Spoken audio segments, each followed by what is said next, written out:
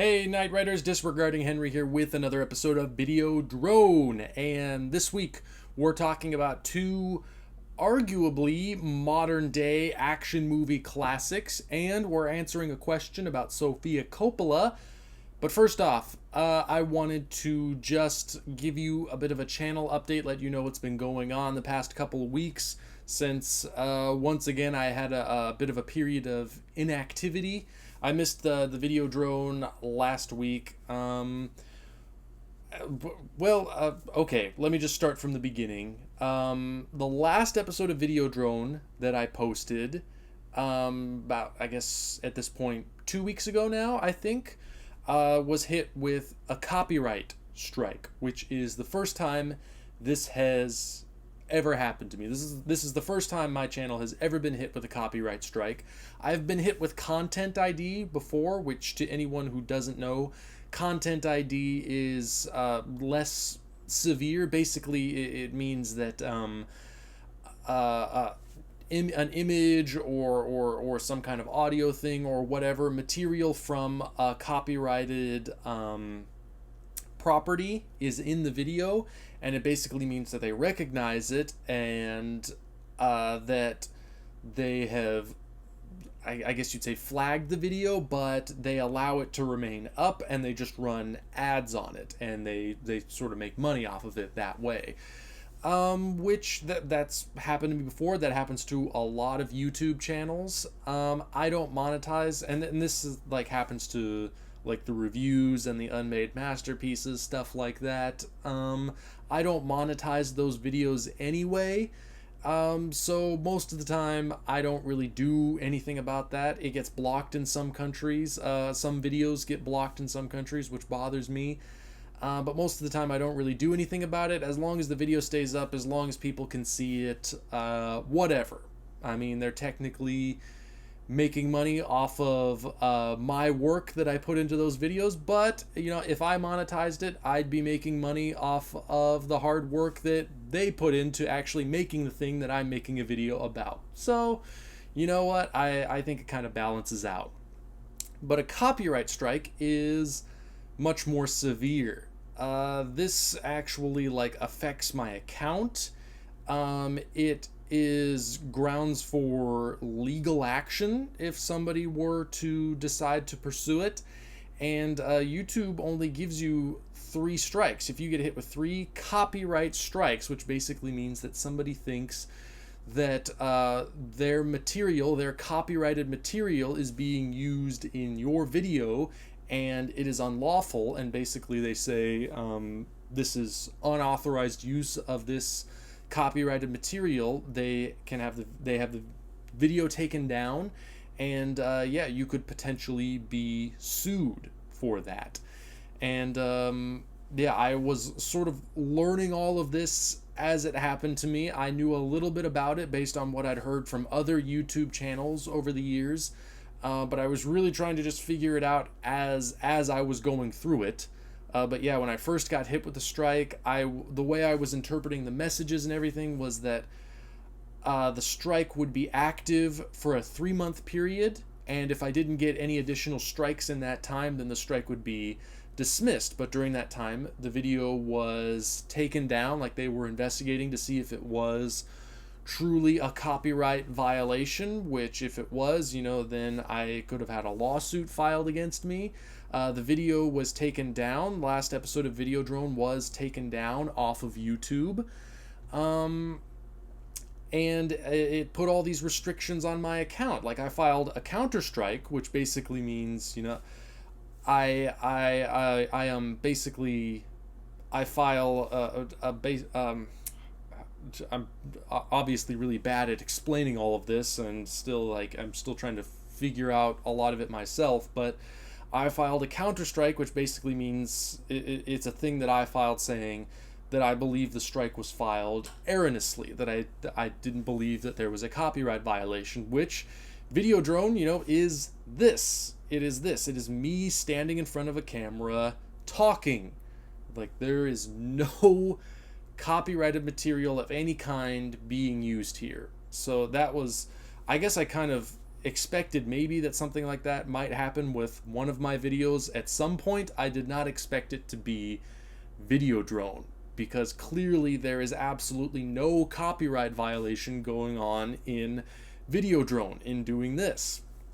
So I filed a counter-strike saying I don't think there was any copyrighted material used. The strike that was filed was very vague. It said it was manually filed, so I take that to mean that somebody actually watched the video personally and chose to file that copyright strike. And I'm not entirely sure why, but I guess I'll get to that in a moment. But I filed my counter strike, found out that I could still upload videos, but my schedule had been all thrown off trying to figure out how to deal with this. And yeah, I was just sort of stressing about that. Found out that my counter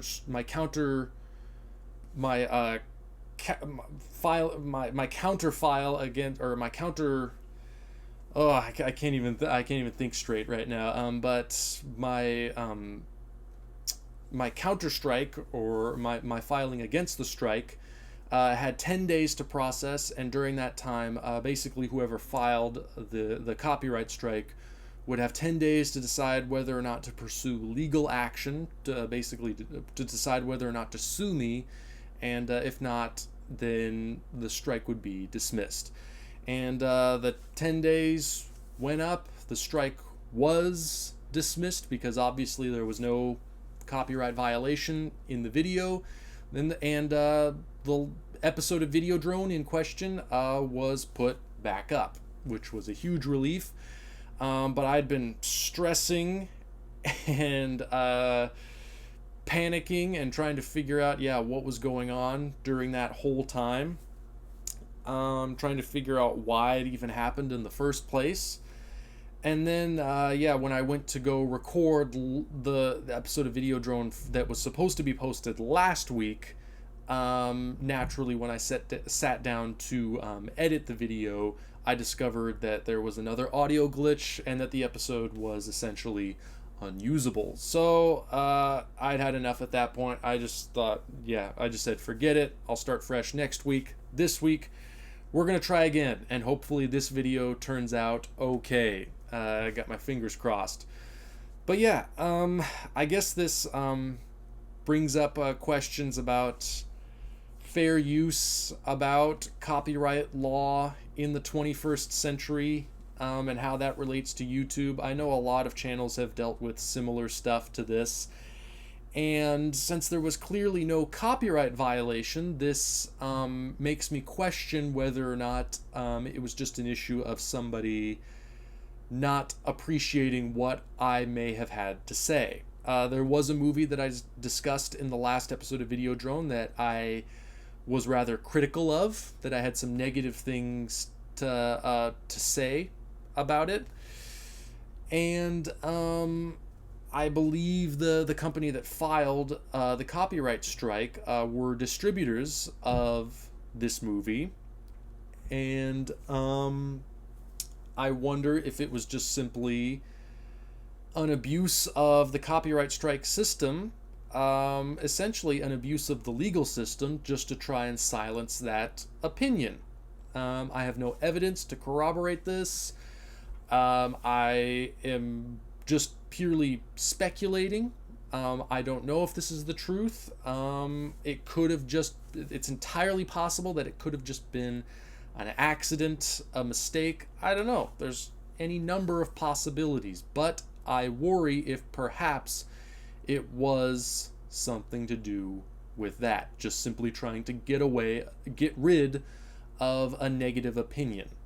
I hope not, but I worry that there's a chance that that could have been the motivation behind it. I don't know, but I know certain other YouTube channels have dealt with stuff like this in the past. There's an issue of freedom of speech, of fair use, and I'll be the first to acknowledge that there is a lot of abuse of the fair use laws. A lot of people seem to think, I hate to burst your bubble here, but a lot of people seem to think that fair use means you can just upload anything, and as long as you claim it's for educational or historical purposes only, that you can get away with uploading, a movie or a song to YouTube.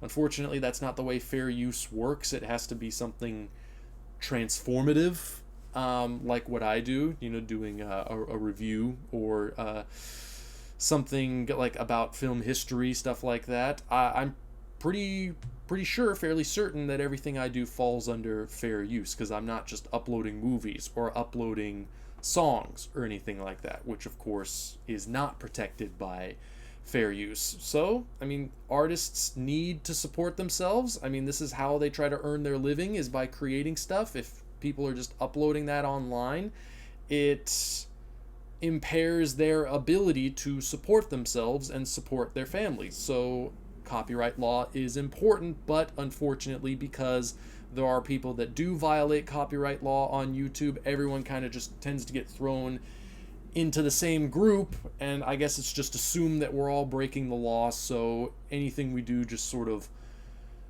automatically gets hit with stuff like this, with copyright strikes, with content ID, all of that, and it's a pain in the ass to deal with, and obviously the system has its flaws and really needs to be improved in several significant ways. But yeah, it was not fun dealing with this over the last last week, or the week before that, but it's all over now, and I guess we can move on. And obviously, in the grand scheme of things, considering stuff that has happened recently, my problems seem pretty minor in comparison. So, do I really have any right to complain? Maybe not. But there you go. That's just what's been happening with the channel recently. And now I guess we'll just go on to this week's episode of Videodrone. I have two movies that I wanted to discuss. One is the movie of the week, and normally I try to save the movie of the week for last. But the other movie that I wanted to discuss is the sequel to the movie of the week. So, I guess I'll do the movie of the week first. The movie of the week is called The Raid, known in the US as The Raid Redemption for some reason. I guess another copyright issue there. Somebody already had the copyright to the title The Raid, so they had to just add the subtitle Redemption for no reason. But yeah, this is an action movie, a martial arts action movie that came out of Indonesia. It's got sort of an interesting backstory behind it. It's actually made by a director by the name of, written and directed by a director by the name of Gareth Evans, who is a Welshman who made his way over to Indonesia and discovered the traditional Indonesian martial art of silat, I believe it's called, and was really taken with it and wanted to create a movie based around this martial art, to be able to showcase it and to be able to showcase the martial artists that he got to know during his time in Indonesia. The Raid was not the first film he did. He did another one. Let me just consult Wikipedia here. He did another one in 2009 called Morantau, which I believe played at some festivals and got a bit of notice, but didn't really break out. And then in 2012, he released The Raid, which, according to his interviews I've listened to and stuff, this was actually a Plan B project. He was originally trying to finance this much bigger script that he had written called Berendal, I believe it was. Berandal, yeah, which will come in later. But yeah, it was this huge action martial arts script that he had written called Berendal. He spent like a year and a half trying to get that financed, wasn't able to get the money together for it, and basically had The Raid just kind of sitting on a shelf that was this much smaller thing, and was a Plan B project. And finally, when he gave up, realized he wasn't going to be able to raise the money for Berendal, he takes The Raid off the shelf, takes it to the same investors, and next thing he knows, he's shooting The Raid. So kind of an interesting story behind it, an Indonesian film made by a Welshman that was a Plan B project. that just sort of happened to be made instead of this other thing. But this is an action movie. It showcases, the Silat martial art, the Silat martial art. It's got a fairly simple, fairly straightforward premise. Basically, a group of elite cops is raiding a building that houses a notorious crime lord. They bust in there, try to work their way up to the top floor to arrest this guy.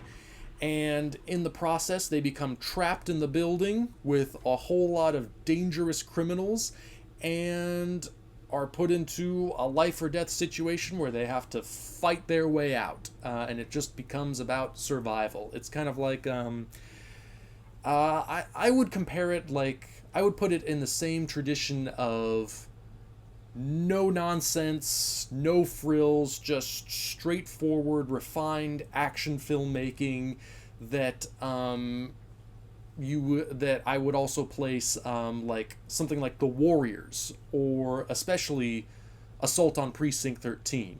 Something like that is totally stripped down, totally straightforward, and just all about a simple premise, sustained and executed for as much thrills and excitement and shock and everything that you can put into it. Just make it into a non-stop thrill ride. And Gareth Evans really does that with The Raid. This was one I wasn't sure what I would think about it, because I'd heard a lot of great reviews. It really broke out like when it started playing on the festival circuit. People were really crazy about it, and people were saying some terrific stuff about it.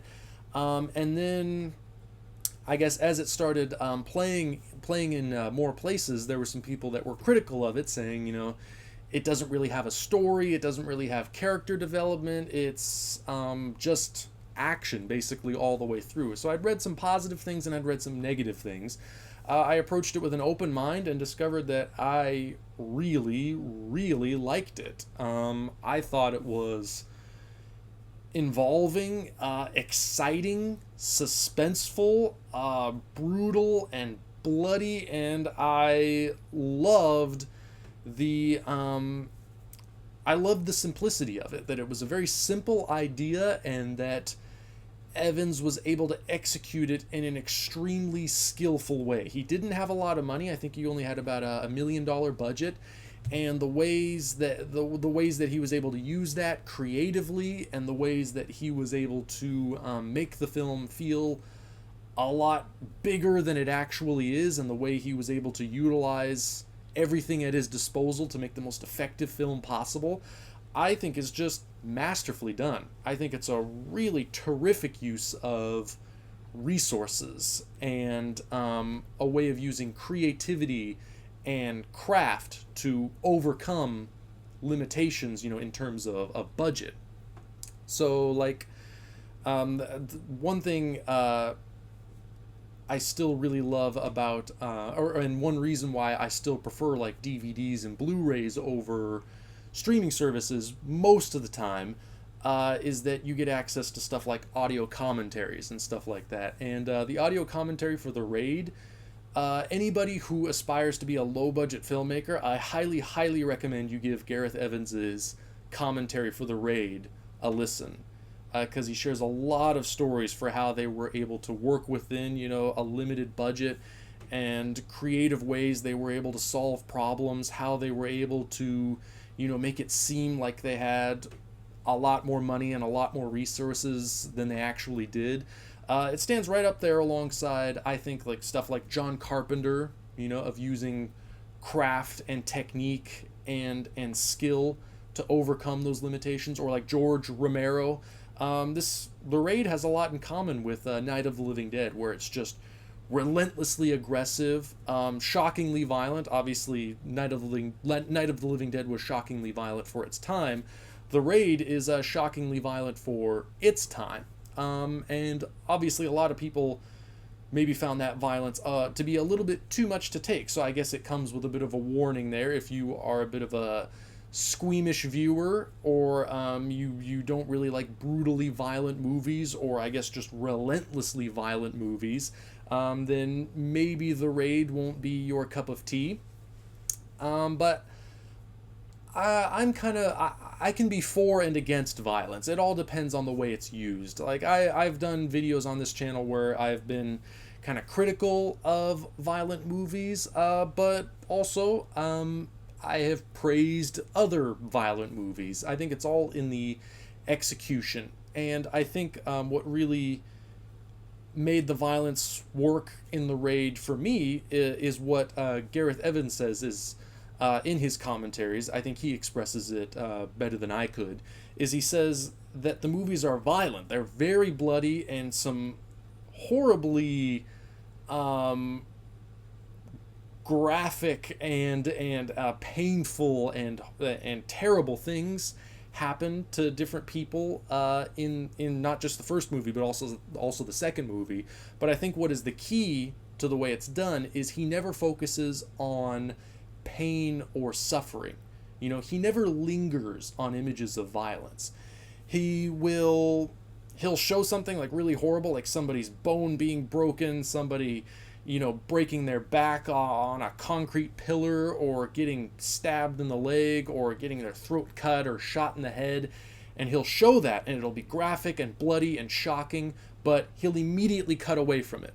So in a sense, there's a certain kind of restraint to it. There's a certain kind of tastefulness to it, that you see all of the graphic detail and you see all the blood and everything, but he doesn't linger on it. He cuts right away, he moves on to the next thing.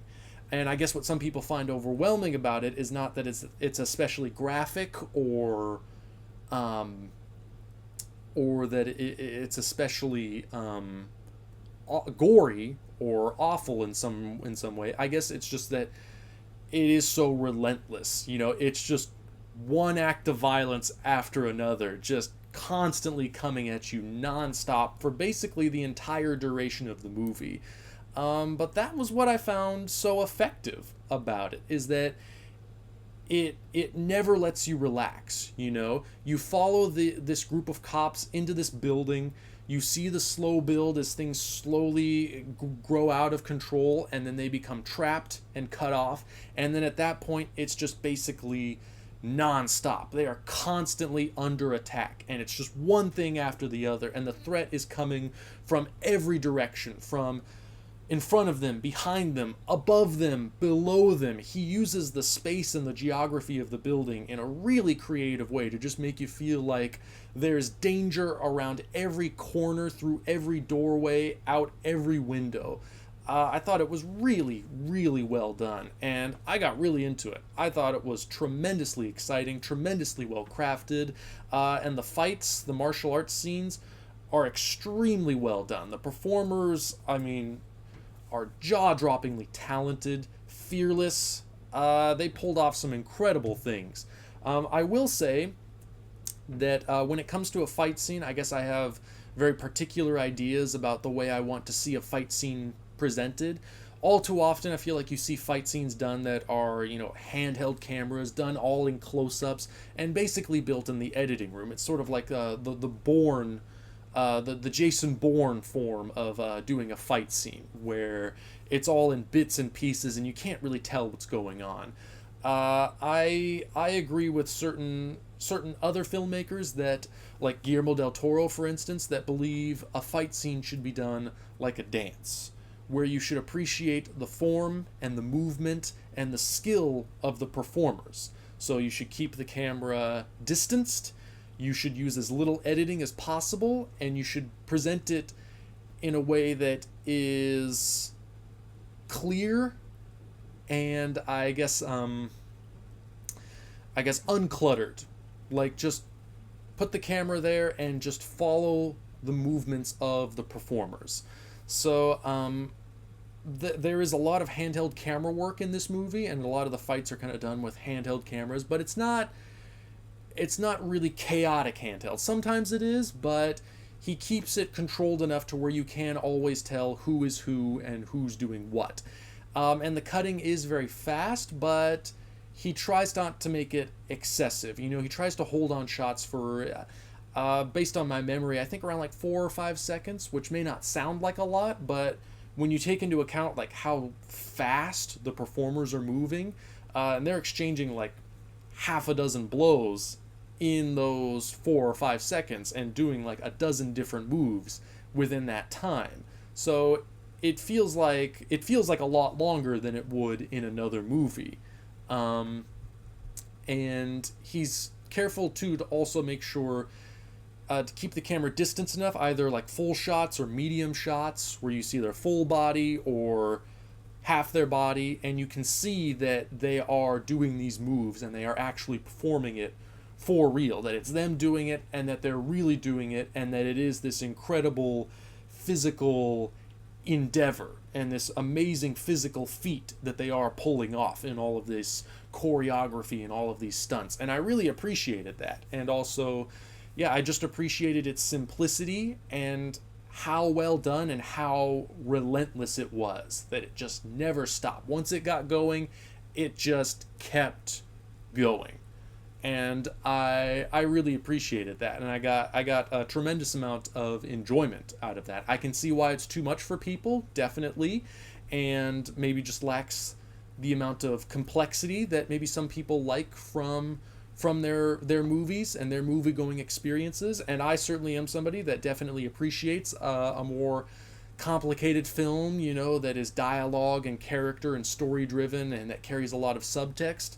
But also, if it's well done, I can appreciate just a straightforward, brutal action movie like this. And this one I thought was very well done, and that's why it's the movie of the week. I like to have a variety in the films that I recommend. Now, I also want to talk about The Raid 2 briefly as well, although it probably won't be briefly because I'm a blabbermouth.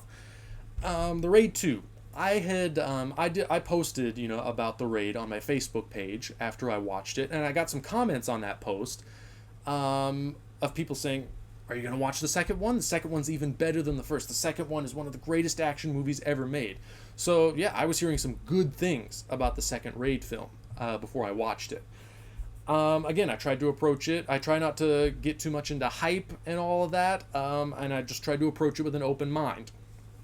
Now, The Raid 2... I was a bit disappointed by it.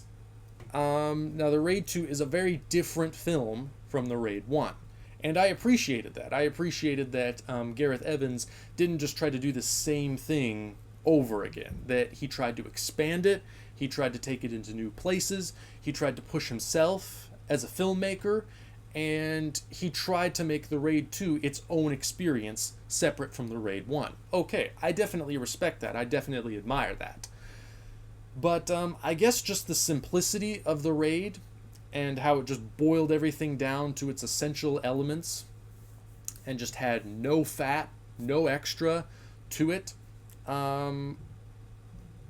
Whereas The Raid 1 was very simple and straightforward, and I appreciated that simplicity. The Raid 2 is almost the opposite. It's very big, it's very bloated, it's got like a 2.5 hour runtime, it's got this huge epic story that covers all of this territory and all of this time and has this huge ensemble of characters, and has this extremely complicated story and complicated relationships between all the characters. I don't know, it felt maybe a little too big, a little too ambitious to me. And I guess it felt a little too much like other action movies that I've already seen. The Raid 2, for all its simplicity, I mean, it felt like something that hadn't really been done before. It felt fresh in the way it was done. The Raid 2, and I guess this is where I should say, The Raid 2 is actually the script that Evans tried to make before The Raid. The Raid 2 is actually Berendal, that he altered slightly after the success of The Raid to be a follow-up to that film. So it's got kind of a weird chronology here. The Raid 2 is actually Berendal, which originates from before The Raid, but then The Raid came first, and so Berendal was altered to be The Raid 2, if you can follow that, if I made that clear. So yeah, you can tell that it feels like this very, very different film in scope, in tone, in ambition from the first movie. And there were certainly things that I liked about it. It's well done. It's a well done movie. Performances, direction, editing. I mean, everything is really well done on it. It's entertaining. I mean, I certainly got involved in it. I wanted to see what was going to happen next. I wanted to see like the next fight scene. And I certainly thought like there were some really good scenes and good moments in it. So it's not a bad movie at all. It just maybe felt too much like other movies I had already seen. You know, because basically the plot in The Raid 2 is the one cop from the first movie that survives. Probably spoiling that a little bit for you, but I mean, if you've seen action movies like this before, I think you can kind of see that one coming. But the lone survivor from the first movie carries over into the second one. He's, you know, an idealistic cop who, in order to protect his family and in order to combat widespread corruption in the police force, he has to go undercover to infiltrate a crime family. And so, you know, he does that by getting himself sent to prison, saving, you know, the crime boss's son from an attack on his life, earns the son's trust, gets out of prison, is brought into the crime family, starts to tear it down from the inside out, and of course, you know, starts to question his own morality, starts to maybe become more like a villain than a hero, and yeah, all of that stuff. I mean, if call me crazy, but that doesn't. This plot sounds not unlike an awful lot of other plots we've already seen before. The main difference here being there's a lot of martial arts fight scenes, and they're pretty damn good. That is the one area where the Raid 2 excels higher than the Raid 1. The action scenes and the fight scenes in the Raid 2, as good as they are in the Raid 1, the Raid 2 blows the first one away. There are some amazing action scenes in the Raid 2. Some amazing fight scenes. I think some of the best action scenes I've ever seen pulled off in a movie. Just some jaw-dropping stuff. Some incredible stunts. A lot of great, what the director defines as punchlines, which he defines those as those moments in action movies where something especially painful happens to somebody, and it's those moments that elicit like a visceral response out of the audience. You know, those are the moments that make you go like, ooh, that make you wince, that make you exclaim in some way, you know. So, like, yeah, you see somebody get their head smashed against something, or yeah, you see just one of those big moments where, yeah, somebody really gets messed up in some awful way, and yeah, you get that visceral response to it. He tries to put, I know he said in the commentaries, like, he tries to put like one of those moments like every 2 or 3 minutes in the action scenes in his movies, and he's definitely very good at those moments. There are lots of great punchlines throughout both of these movies. And there are some characters, too, that I thought were really good in the Raid 2 as well. The more stylized comic book elements I really liked. Like, characters like, for instance, Hammer Girl and Baseball Bat Boy, who are, of course, villains, henchmen, whose defining characteristics are the weapons they wield. So, Hammer Girl, Baseball Bat Boy, pretty self-explanatory. And I like those more comedic, stylized, comic book elements. I just wish the rest of the movie could have been more like that, a bit more heightened, you know, a bit more stylized. But for the most part, the Raid 2 felt like he was trying to ground it. He was trying to make it very realistic, and he was trying to play it more for drama, as this epic crime saga drama. And I just felt like those weren't the strongest elements in this story, and I felt like those weren't the strongest elements in his style. Where the Raid 2 works best is in the action scenes. but unfortunately I didn't really feel like there was a good enough balance between like drama and story scenes to action scenes in the Raid 2. It's a 2.5 hour runtime. If the movie were maybe around 2 hours or below 2 hours, I would say, yeah, there's a pretty good balance. But I found myself at a lot of points in the Raid 2 wondering, like, when is the next action scene coming? Like, that's what I was there to see. To me, it's all about expectation. Obviously, I wouldn't watch like a Terrence Malick movie and wonder when the next fight scene is going to be. But if I watch The Raid 2, I'm going to wonder when the next fight scene is. So, yeah, I just didn't feel the balance was quite properly hit in The Raid 2. Whereas The Raid 1, I mean, it was overkill, but I enjoyed it. And I thought the Raid 1 was tremendously entertaining. The Raid 2 definitely has its charms, definitely has its moments, and is an entertaining movie, but I just felt not quite as entertaining as the first. So, yeah, if I had to recommend one, I would recommend the first, but then again, yeah, considering the comments I got regarding the Raid 2, and I guess the way some people feel like the Raid 1 is too light on story, too light on character development, the Raid 2 definitely has that. It has story, it has character development, so I guess if that's what you're looking for, maybe the Raid 2 would be the one that you prefer. But if not, if you're just looking for something totally straightforward and just totally as well done and as well executed as it can be, just one simple idea, then the Raid 1, I think, is the one that you want to stick with.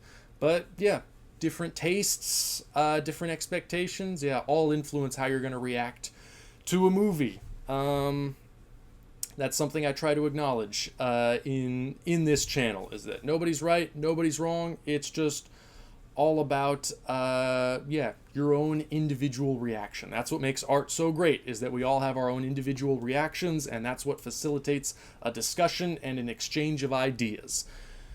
And so with that, let's move on to the question for this week from Yellow Romita. Knight of Cups was the first Malick film that I saw, and it hit me really hard. And of course, Knight of Cups was one of the films that I talked about in the last episode of Videodrone. I didn't have very positive things to say about it, but obviously Yellow Romita feels differently. And of course, yeah, everybody has different reactions to stuff depending on who you are, and I think certainly one of the fascinating things about Terrence Malick is that he is definitely one of those artists that elicits very wide-ranging reactions with his work. And so obviously, yeah, I wasn't such a big fan of Knight of Cups, but Yellow Romita feels very differently. I mean, yeah, Terrence Malick movies, yeah, inspire all kinds of different reactions. That's what I think makes him such an interesting artist. So yeah, first Malick film that he saw hit him really hard. Hit me in the same way Lost in Translation hits me every time I watch it. I'd love to hear what you think about Lost in Translation and Sofia Coppola in general. Somewhere is excellent. The only film of hers I haven't seen is The Bling Ring.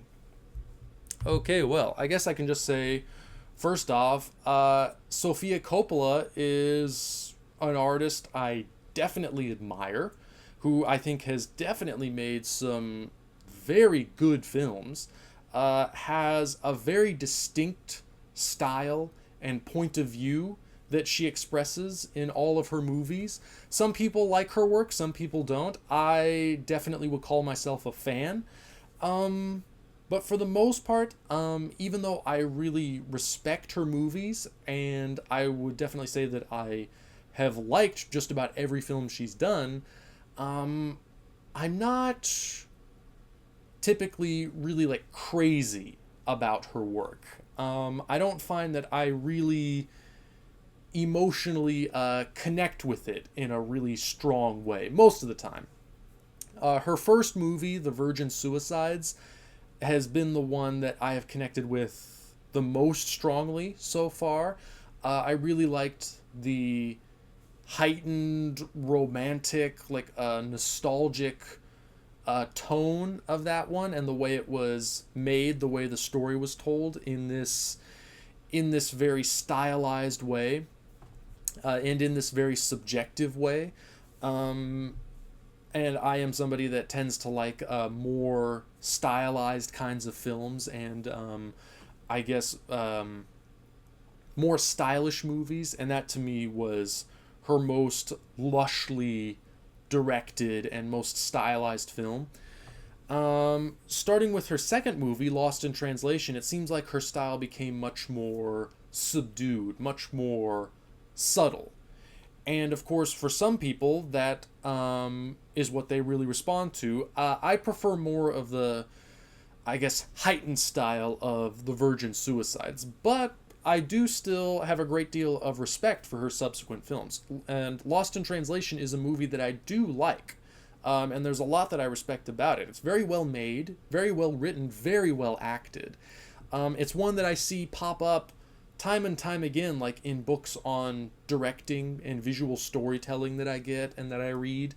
There's been a lot of stuff like pointed out in it that I would definitely cite as terrific examples of visual storytelling, like the way Sofia Coppola uses long lenses in that movie and a shallow depth of field to emphasize the isolation and the loneliness that the characters feel.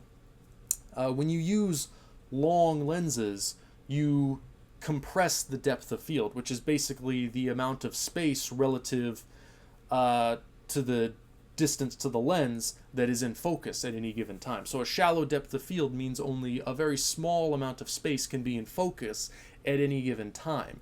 And she utilizes that to tell her story in a visual way. Like, she'll use long lenses in scenes where the main characters, like Bill Murray or Scarlett Johansson, where they're with groups of people, or where they're in crowds, or where they're in social situations, and she'll use these long lenses so that only that character is in focus, and everyone else is either a little bit out of focus or very out of focus, and they're kind of like they're in this plane all by themselves, totally separate from everyone else.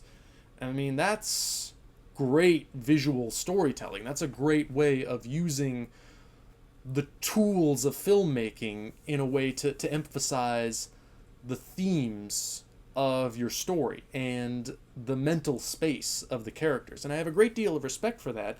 And again, I like Lost in Translation. I think it's a good movie, but it's just one that for some reason, and it's not really even a reason I can quite articulate. I'm not even sure why. Sometimes it's just the case that some people react to a movie one way, some people react to it a different way, and yeah, I can't even explain it sometimes. Like, a lot of people really connected with that movie, and it really resonated with a lot of people. It just didn't quite resonate with me. I'm not sure why. Again, I think it's a good movie, but like when I walked away with it, I just walked away thinking, like, yeah, it was good, and it didn't really stay with me. It didn't really resonate with me afterwards.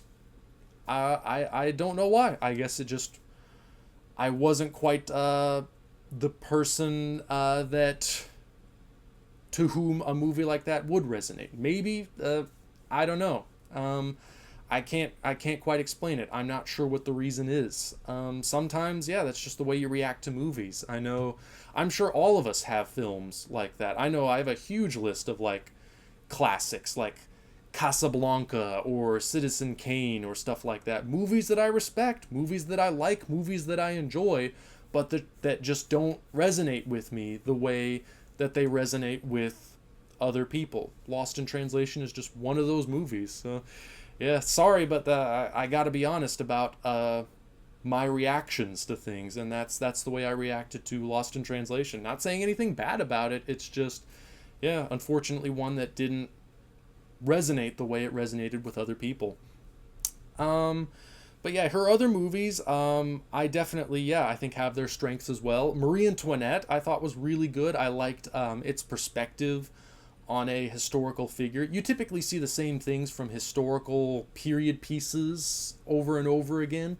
That was one that definitely presented a unique point of view on a historical time period on a major historical figure. I liked the way Marie Antoinette was not presented as this character that had like some perspective or some awareness of herself as this very important, towering historical figure, that she was essentially just a teenage girl.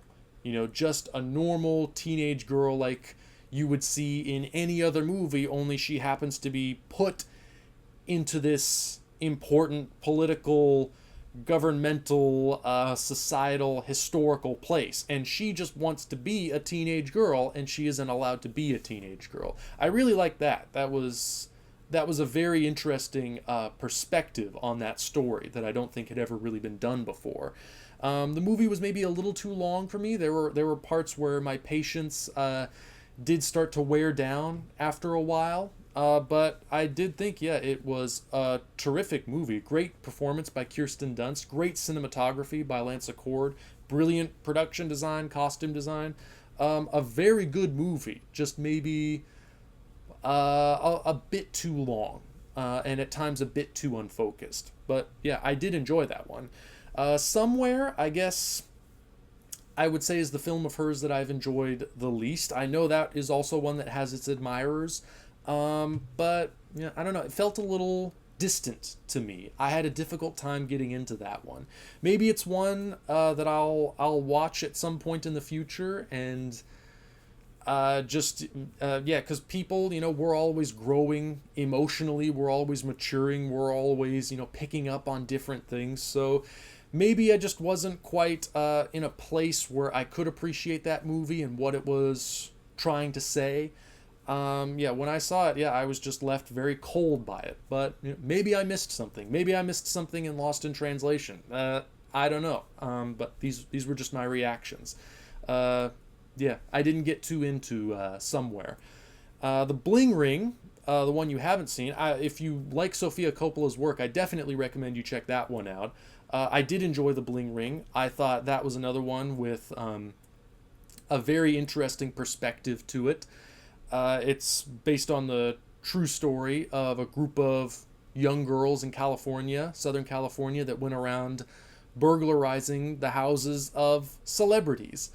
And I like the way Coppola presented that story, where she didn't take the typical, I guess, like morally condemning stance that you would expect on a story like that she was sort of celebrating those girls' bad behavior and their attitude that was just like, we're young, we can do whatever we want. She was mature about it, and she showed that, that lifestyle, that life philosophy has its consequences. You can't just do whatever you want.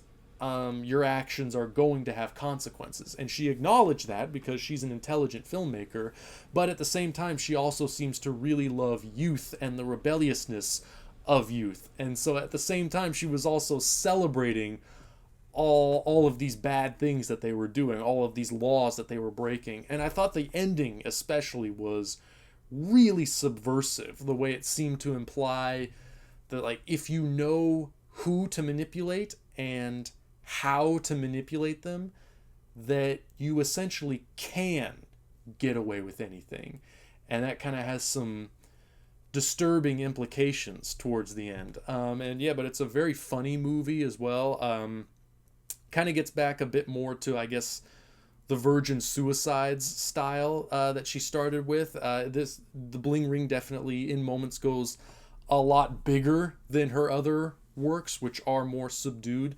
The Bling Ring, has its very lavish moments, a lot of stylish photography, and I like that. I like those more Baroque qualities in films. If I ever become a director, I see myself being somebody, with that very Baroque stylized sensibility. Those are my feelings on Sofia Coppola. If you disagree, I'd be more than interested to hear your thoughts, your opinions in the comments below. I do read those, and I do find them very interesting to hear, the different points of view, the different opinions on the films that I discuss. That's what I think is great about art, is learning about other people's perspectives. And yeah, I guess that's it for this week, this episode of Video Drone. I have started work on the new unmade masterpieces, so I'll hopefully have the first part of that done in the next week or two. And one last thing, starting next month, February, this will officially be a Patreon supported channel. And I'm going to post the link to the Patreon page in the description for this video. Please do click on that, check that out, if you'd be so kind. And if you can, if you are able, please do contribute something. I would greatly appreciate it. Everybody who already has contributed to that, thank you very, very much. I hope starting next month that I won't screw anything up. This is another thing that I'm sort of panicking about, is I'm hoping I can figure all this stuff out, all this new stuff I'm planning on starting next month. Hopefully everyone gets, your rewards for your pledges that you've contributed. If it's a little shaky at first, please forgive me. I'm going to start doing live hangouts starting next month. So if you're a Patreon contributor, you'll be able to take part in the live hangouts. I have no idea how to do that, so I'm going to have to figure that out. So I'm sure there will be a few glitches starting out. So please just bear with me. But yeah, thank you for all your contributions, and to everyone else, thank you so much for subscribing, for watching the videos, for all your comments that you leave.